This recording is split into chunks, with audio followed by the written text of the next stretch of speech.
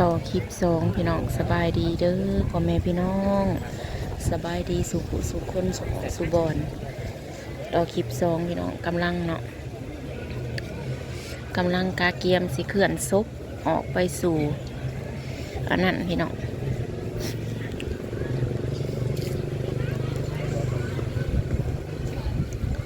ลงทานเฮาก็มาบ่ขาดเนาะ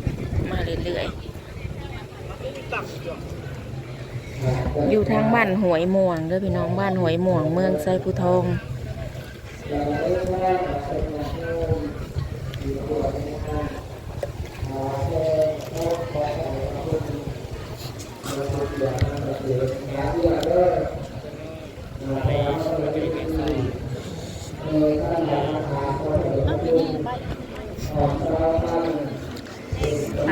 พี่น้องเอ้ยลายอันนี้ไม่ออกไม่ต้นเนาะ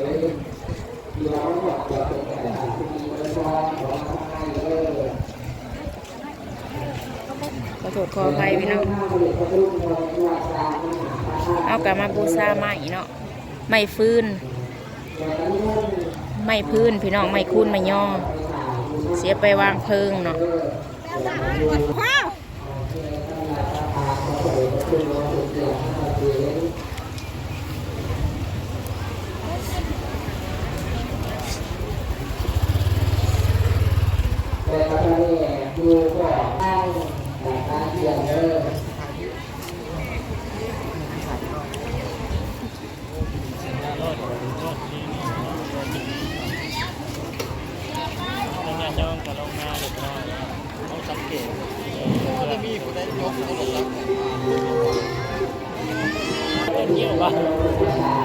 เอาซาเล่บ้านหน้าบ่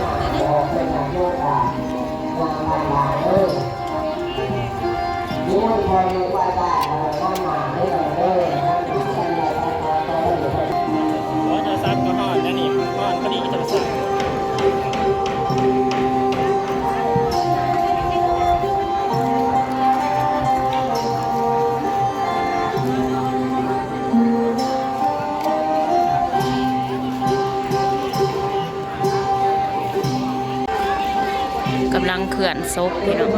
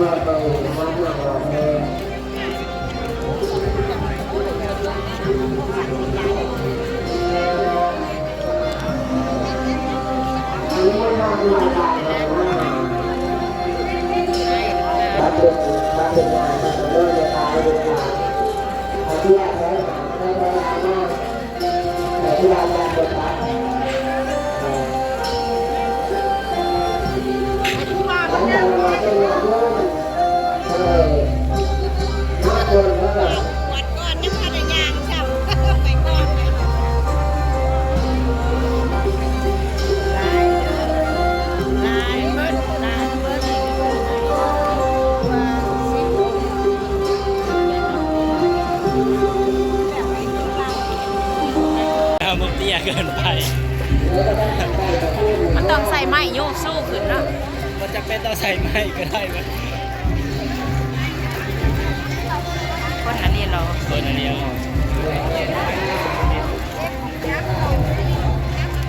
เรื่อย เจ้าระวังเด้อแนมแต่กล้องก้มเหยียบไปยันเหยียบพระเจ้าผู้ก้มเก็บขนม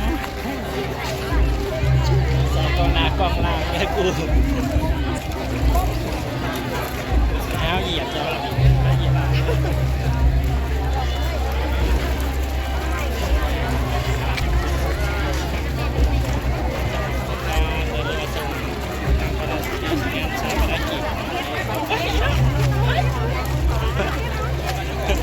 กูได้ยังไง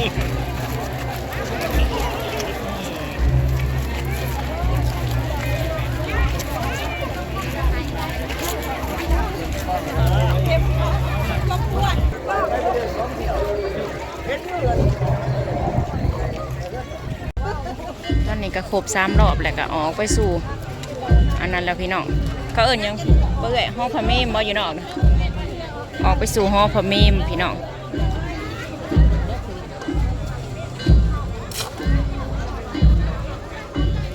มาปะเอ้ยมา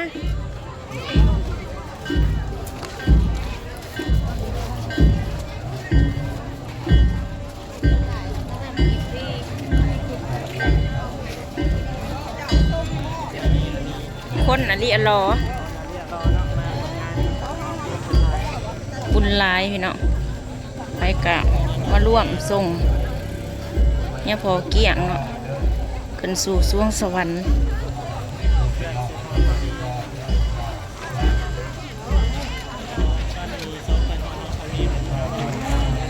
ท่านได้ครึ่ง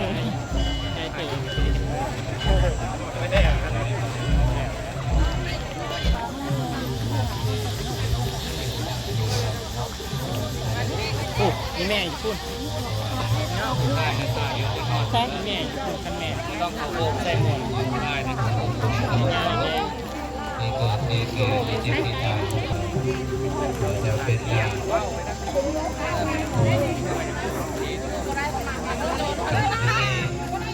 เรื่องนี้ตัวตายด้วยกันหมดสุดท้ายต้องตายต้องจากเป็นนักต่อไปต้องจากเป็น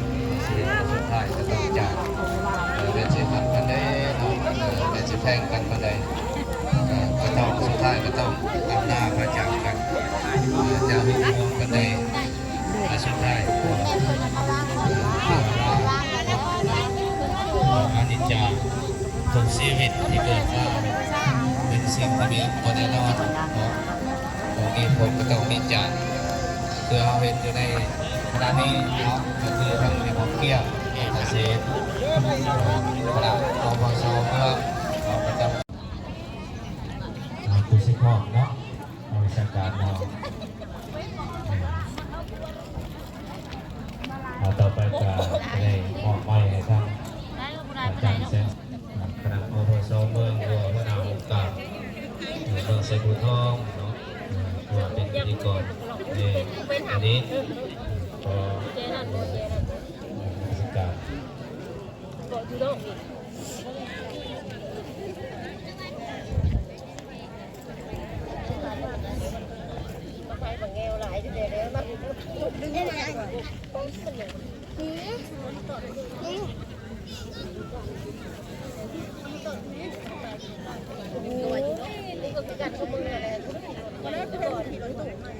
เห็นไหนเพียง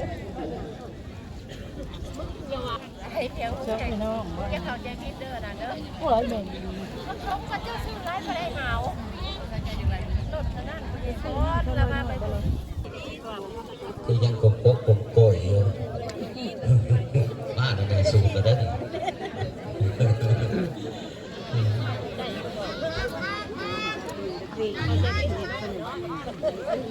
จะถือว่าบรรยากาศก็สงบดีเนาะเอาขั้นสันการนี้ต่อไปก็ได้เข้าสู่พิธีเป็นทางการเนาะก็ถือว่าพิธีหรือว่าการเคลื่อนศีลสังขารของอดีตเนี่ยพอเกียรติก็ได้ออกมาสู่หอพระเมรุก็เป็นที่เรียบร้อยแล้วเนาะท่านสันได้เฮาเศร้าพุทธบริษัททั้งหลายก็จะได้ดำเนินพิธีเข้าสู่เป็นทางการเป็นวาระเนาะ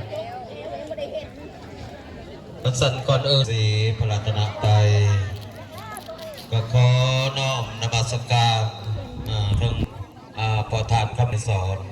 ห้องประธานอปสเมืองใส่ผู้ทอง น้อมนมัสการพระเดชพระคุณทางยฐานบุญนำพระมุข ตุ้ยแม่ซ้อนกับมโนอยู่ ป พุ ระธานอปสเขตเพื่อนฮีน้อมนมัสการยฐานคำเสาทินศรีดาพรห้องประธานอปสเมืองสองคอนกาบอนหลักสพลคณะประจำอปสแขวง